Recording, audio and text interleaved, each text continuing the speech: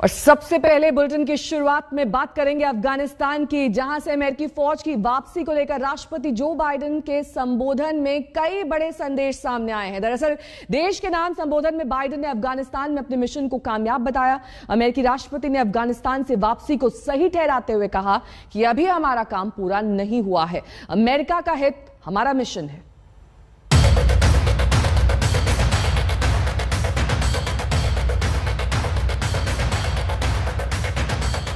Time to look at the future, not the past.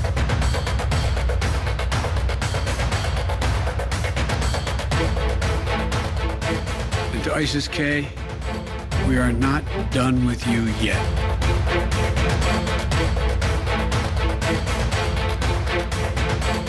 We no longer had a clear purpose in an open-ended mission in Afghanistan.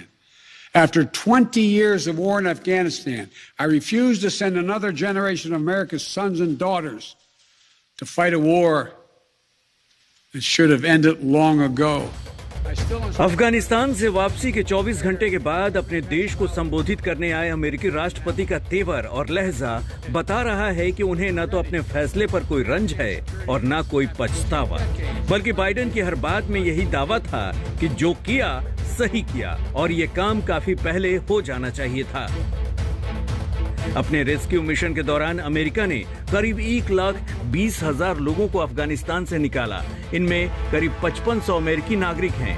करीब 200 अमेरिकी अभी भी अफगानिस्तान में अपनी मर्जी से हैं। राष्ट्रपति बाइडेन के मुताबिक ये लोग जब चाहेंगे अमेरिका इन्हें बाहर ले आएगा। अमेरिका ने दूसरे देशों के करीब 15,000 लोगों को भी अफगानिस्तान से निकाला है। इसके अलावा अपने मददगार रहे करीब 1 लाख अफगानी नागरिकों को भी सकुशल बाहर निकाला। As for the Afghans, we and our partners have airlifted 100,000 of them. No country in history has done more to airlift out the residents of another country than we have done. We will continue to work to help more people leave the country who are at risk. इसी rescue operation के आखिरी दौर में America का सामना आतंकवाद के उसी क्रूर चेहरे से फिर हो गया जिसे मिटाने वो अफगानिस्तान की धरती पर आया था। काबुल एयरपोर्ट पर ISIS खुरासान के घातक हमले में उसके 13 सैनिकों की जान चली गई, जबकि 100 से ज्यादा अफगानी मारे गए। I refuse to continue a war that was no longer in the service of the vital national interests of our people. And most of all, after 800,000 Americans serving in Afghanistan, I've traveled that whole country, brave and honorable service. After 20,744 American servicemen and women injured, and the loss of 2,461 American personnel, including 13 lives lost just this week, I refuse to open another decade of warfare in Afghanistan. America ने जाते जाते भी ISIS के ठिकाने पर 2 हमले करके अपने इरादे साफ कर दिए हैं। भले ही वो अफगानिस्तान छोड़ रहा है, लेकिन आतंकवाद का पीछा करना नहीं छोड़ेगा। काबुल एयरपोर्ट पर हमले के बाद बाइडेन ने जो चेतावनी दी थी, उसे कल भी दोहराया। अपने 13 सैनिकों का बलिदान अमेरिका न तो भूलेगा न माफ करेगा। To those who wish America harm, to those who engage in terrorism against us or our allies, know this: the United States will never rest. We will not forgive. We will not forget. We will hunt you down to the ends of the earth, and you will pay the ultimate price. America को अगर पछतावा है तो सिर्फ इस बात का कि उसने ऐसी लड़ाई में अपना खजाना लुटा दिया जिससे उसे कुछ हासिल नहीं हुआ। 20 सालों में अमेरिका ने अफगानिस्तान में $2 लाख करोड़ खर्च कर दिए, यानी अफगानिस्तान में अमेरिका का रोजाना करीब $30 करोड़ खर्च हुआ, जबकि उसका most wanted Osama bin Laden 2011 में ही मारा गया। बाइडेन के मुताबिक अफगानिस्तान में अमेरिका का इतना लंबा अभियान एक ऐतिहासिक भूल थी जिसे सुधारना जरूरी था, और इसकी जिम्मेदारी वो पूरी तरह अपने कंधे पर लेने का दावा कर रहे हैं। आज तक ब्यूरो। अफगानिस्तान की अमेरिकी फौज की वापसी के बाद काबुल एयरपोर्ट पर किस तरह तालिबान ने कब्जा किया, उसका नया वीडियो सामने आया है।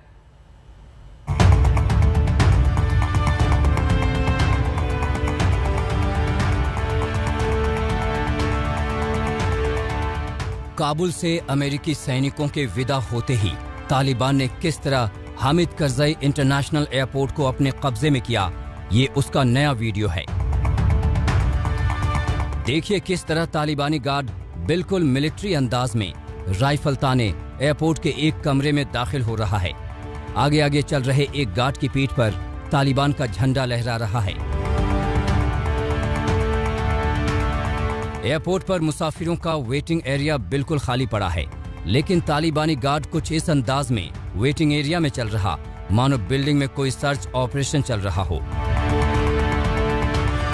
तालिबानी गार्ड एयरपोर्ट के चप्पे चप्पे की तलाशी लेते हैं।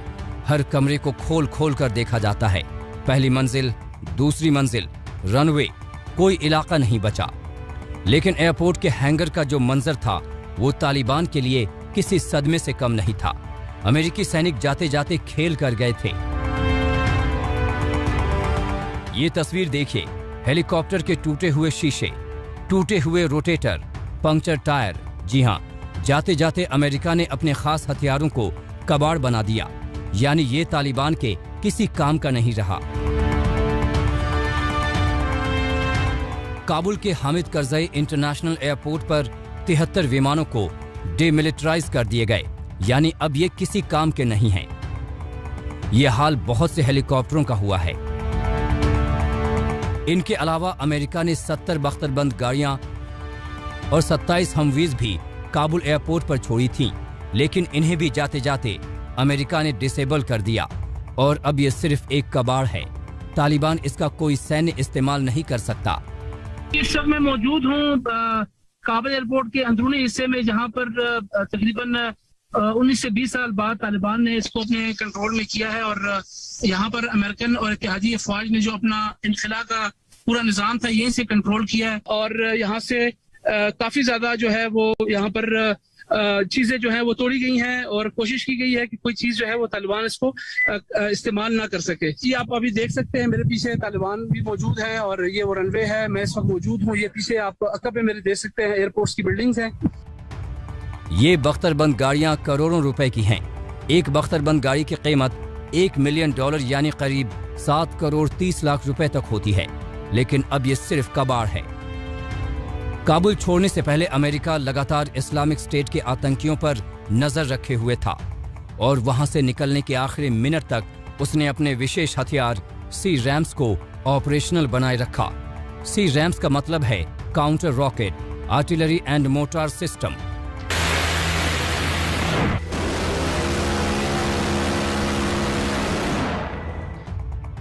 इस सिस्टम का इस्तेमाल इस्लामिक स्टेट के उन रॉकेट्स को रोकने के लिए किया गया था जिन्हें कुछ समय पहले उसने काबुल एयरपोर्ट पर दागने की कोशिश की थी।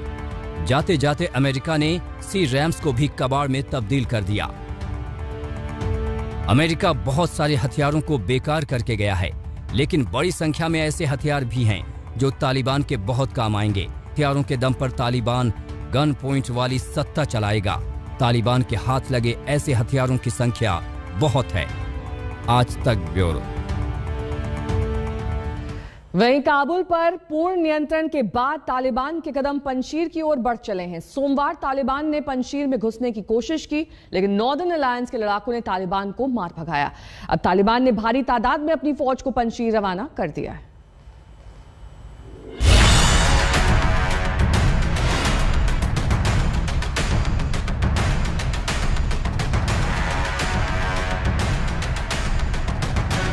तालिबानियों का कारवां चल पड़ा है।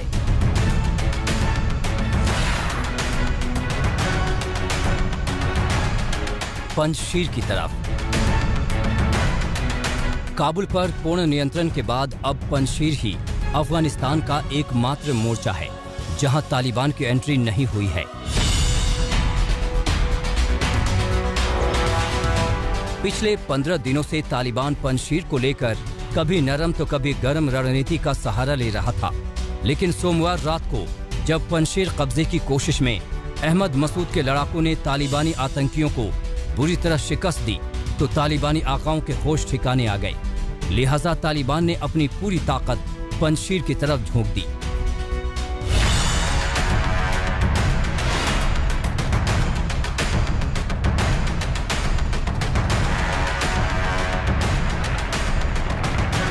खबर है कि पंजशीर के खवाक में नॉर्दर्न अलायंस के लड़ाकों और तालिबान के बीच भीषण गोलीबारी हुई। अहमद मसूद के प्रवक्ता फहीम डेश्ती के मुताबिक इस लड़ाई में तालिबान के 7-8 आतंकी ढेर हो गए। तालिबान और पंजशीर के लड़ाकों के बीच अब तक 3 बड़ी लड़ाई हो चुकी है, जिसमें हर बार तालिबान को मात खानी पड़ी है। इन लड़ाइयों में तालिबान के कम से कम 30 आतंकी ढेर हो चुके हैं, जबकि कई पकड़े भी गए हैं।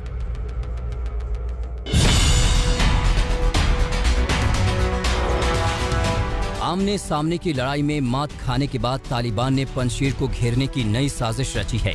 चूंकि अमेरिका के जाने के बाद पूरी संचार व्यवस्था पर तालिबान का पूर्ण कब्जा हो चुका है, इसका फायदा उठाते हुए पंजशीर इलाके की इंटरनेट सेवा बंद कर दी है। यही नहीं, जरूरी सेवाओं के पंजशीर घाटी में पहुंचने पर भी रोक लगा दी है। हालांकि अच्छी बात यह है कि पंजशीर के पास जरूरी सामान का स्टॉक जाड़े तक का है। बहरहाल, जिस तरह तालिबान ने नए सिरे से पंजशीर में अपनी ताकत झोंकी है, पूरी दुनिया की नजर इस इलाके पर टिक गई है कि आखिर अहमद मसूद के लड़ाके कब तक पंजशीर को तालिबान से बचा पाएंगे।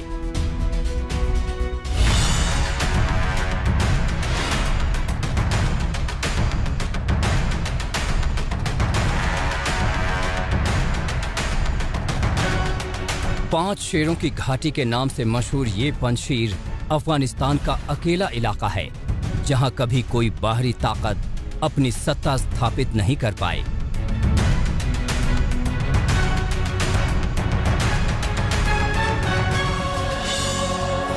आज तक bureau.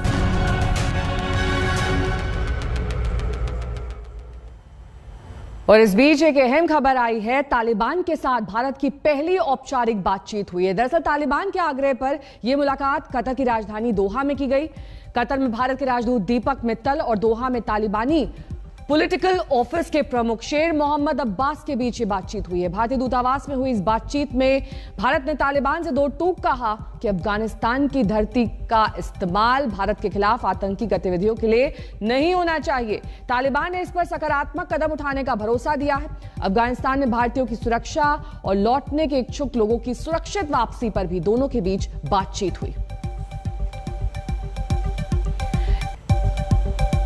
The government of India should have clearly told them, the representative of Taliban, that one, Helmand province and in Khost, Jaish-e-Mohammed and Lashkar-e-Taiba are active in that region. I wished and hoped that the government of India would have clearly told them that in Helmand and in Khost, Lashkar-e-Taiba and Jaish-e-Mohammed are active. Stop those camps. Secondly, I want to know from the Modi government, are they going to delist all Taliban leaders who have been classified and called as terrorists? तो देखा आपने किस तरीके से ओवैसी ने इस पर सवाल खड़े किए हैं। लेकिन अब अगली खबर का रुख करेंगे। कोरोना महामारी की वजह से बंद दिल्ली के स्कूल लंबे अंतराल के बाद आज आंशिक रूप से खोल दिए गए हैं। दिल्ली में आज से 9वीं से 12वीं तक की कक्षाएं शुरू हो गई हैं। इसी तरह राजस्थान, तमिलनाडु में 9वीं से 12वीं तक के स्कूल्स खोलने का आदेश दे दिया है, जबकि मध्य प्रदेश में आज से स्कूलों में 6ठी से लेकर 12वीं तक की क्लासेस शुरू हो गई हैं। यूपी में 9वीं से 12वीं तक की क्लासेस पहले ही शुरू हो चुकी थी। आज से वहां 1ली से 5वीं तक की क्लासेस शुरू हो गई हैं। हरियाणा में भी स्कूलों में 4थी और 5वीं की कक्षाएं आज से शुरू कर दी गई हैं। नॉट गेटिंग बोल रहे हैं।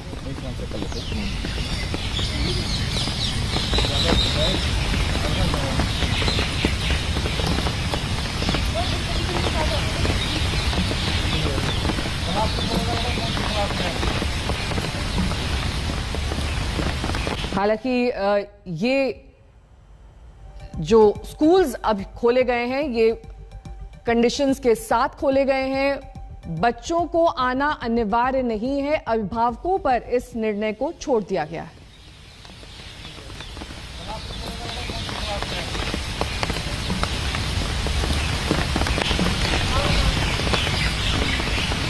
नॉट गेटिंग बोल रहे हैं।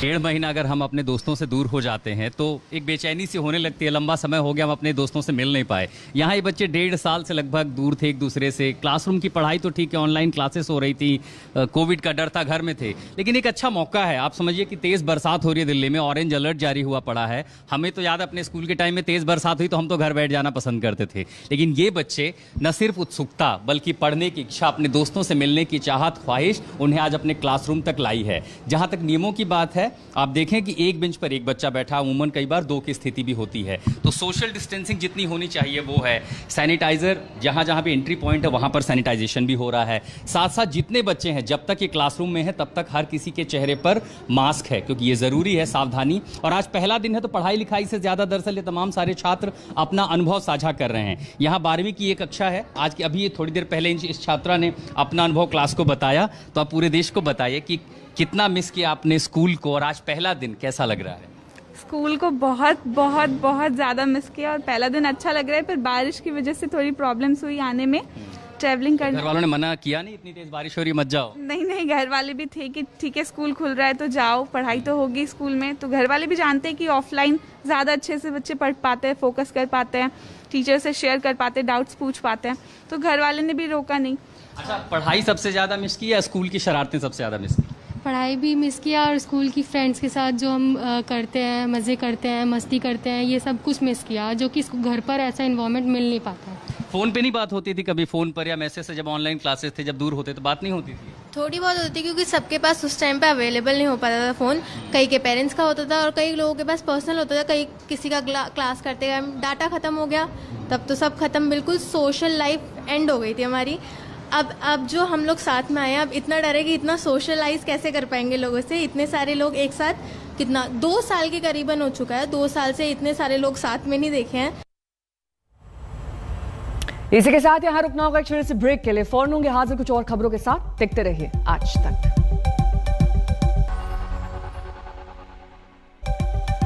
अब बात कोरोना के टीकाकरण की करेंगे, क्योंकि भारत ने वैक्सीनेशन का नया वर्ल्ड रिकॉर्ड बना लिया है। कल 1,28 लाख लोगों को टीके की डोज लगा दी गई। जो रफ्तार पहले सुस्त थी अब तेजी पकड़ रही। पिछला रिकॉर्ड 27 अगस्त को बनाया गया था, जब 1,09 लाख लोगों को डोजेस लगी थी। अब तक 31 अगस्त का जो आंकड़ा सामने आया है उसमें 65 करोड़ लोगों को वैक्सीनेशन हो चुका है। अब तक जो अमेरिका की पॉपुलेशन है उसका 2 गुना वैक्सीनेशन यहां पर हो चुका है। 27 अगस्त को रिकॉर्ड बना था जब 1,09 लाख लोगों को वैक्सीनेशन हुआ था। पिछले एक हफ्ते में हर रोज लगभग 74 लाख लोगों को वैक्सीन लगाई जा रही है। यह लक्ष्य रखा गया है। हर दिन सबसे अधिक टीका लगाने के मामले में टॉप पर अब भारत पहुंच गया है। फिलहाल रुकेंगे छोटे से ब्रेक के लिए, फौरन होंगे हाजिर कुछ और खबरों के साथ, देखते रहिए आज तक।